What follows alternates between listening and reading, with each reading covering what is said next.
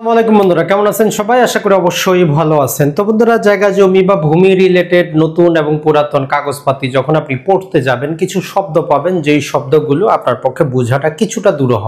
এজন্য আপনাকে গুগলে সার্চ করতে হয়, বিভিন্ন ভূমি রিলেটেড বইগুলো কিন্তু পড়তে হয়।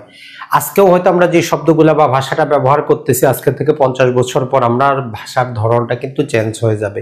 আজকের ভাষাটা তাদের কাছে দুর্বোধ্য মনে হবে। তো বাংলাদেশে তো বাংলা ভাষার উপর ইংরেজি ভাষার যে প্রভাব, সেটা তো আর আমাদের বলার অপেক্ষা রাখে না।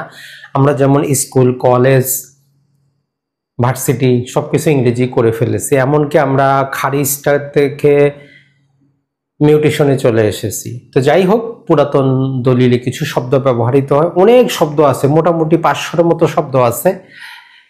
তো এতগুলো শব্দ আপনার দরকার নাই, জাস্ট চলার মতো কয়েকটা শব্দ হইলেই চলবে। তো আপনি যখন কোনো দলিল, খতিয়ান কিছু পড়বেন, সেখানে দেখবেন যে কোনো ব্যক্তির নামের পরে সাং বলে দেওয়া থাকে, যে সাং লেখা থাকে, কোনো ক্ষেত্রে সাং হচ্ছে নিজ। তো এটা যারা নতুন তারা খুব কিন্তু দুরূহ হয়ে যায় যে সাং মানেটা কি আর সাং নিজ মানেটা কি। তো মনে রাখবেন, একটা খতিয়ানের মধ্যে দেখবেন যে লেখা আছে জেলা, থানা, মৌজা। ধরেন যে জেলা দিনাজপুর, থানা বীরগঞ্জ, মৌজা উত্তর রঘুনাথপুর। এটা জমির ডিটেল। সেখানে একজন ব্যক্তির নাম আছে এ, পিতার নাম বি, তারপরে ঠিকানার জায়গায় লেখা আছে যে সাং। সাং মানে হচ্ছে ঠিকানা, নিজ। তার মানে ওই জেলার, ওই থানার, ওই মৌজায় ব্যক্তি বসবাস করে। অর্থাৎ পূর্বে জমির যে পরিচয়টা দেওয়া হয়েছে, ব্যক্তি একই জায়গায় বসবাস করে, এই জন্য দেওয়া থাকে যে সাং নিজ। তাহলে সাং মানে হচ্ছে ঠিকানা, এটা মনে রাখবেন। এরপরে এই যে ব্যক্তির নামের পরে পিতার নামের পূর্বে, যেমন ধরেন যে ব্যক্তির নাম হচ্ছে এ, তারপরে দেওয়া থাকে পিং হচ্ছে বি। তার মানে পিং মানে হচ্ছে পিতা, পুরাতন শব্দ, জাস্ট আমরা এতটুকু মনে রাখবো, আর বেশি কিছু না। এরপরে এখন যদি সে মহিলা হয়, তখন পিং না লিখে যাও যে লেখা হয়। যাও যে মানে হচ্ছে স্বামী। পুরাতন গুলাতে দেখবেন যে হয় পিতার নাম, না হলে স্বামীর নাম থাকে। এরপরে কোনো কোনো খতিয়ানে দেখবেন যে লেখা আছে দ। দ মানে হচ্ছে দখলকার, অর্থাৎ যিনি মালিক। এরপরে কিছু দলিলে পাবেন যে মর্ষিমূলে উনি এই সম্পত্তির মালিক। মর্ষিমূলে মানে হচ্ছে সম্পত্তিটা পূর্বপুরুষের, কয়েক প্রজন্ম থেকে যে সম্পত্তিটা এসেছে, আপনার দাদার সম্পত্তি আপনার বাবার কাছে, বাবার থেকে আপনার কাছে এসেছে, তো এটাকে বলে যে মর্ষিমূলে সম্পত্তি। এরপরে বলে যে মোট মোয়াজি সম্পত্তি। মোয়াজি মানে হচ্ছে মোট অংশ। অর্থাৎ ধরেন যে আপনি 3টা দলিলে 10-10 করে 30 শতক মালিক, তখন সেখানে বলা হয় যে মোয়াজি 30 শতক, মানে 3 দলিলে মোট 30 শতক। আবার এমনও হইতে পারে যে আরেকটা শব্দ ব্যবহার করা হয় কাতে। কাতে মানে হচ্ছে অংশ।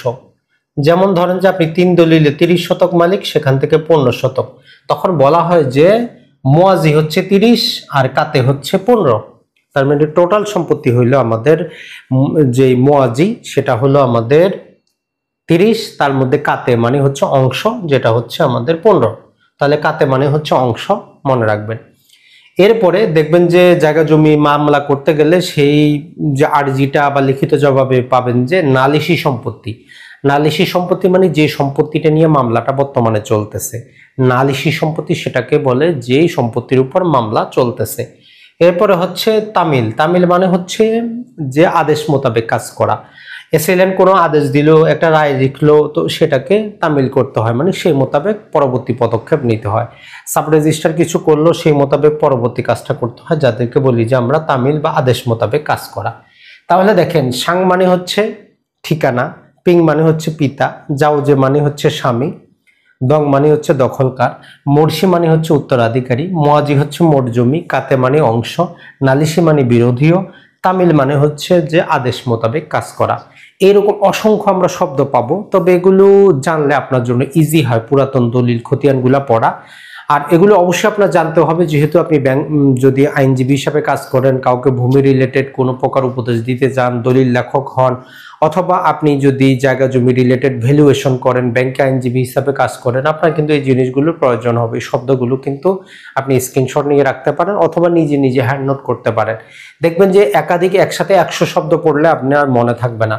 তো এগুলো বারবার পড়বেন, প্রতিদিন 1-2 বার দেখার চেষ্টা করবেন, খুব সহজে কিন্তু মনে থাকবে।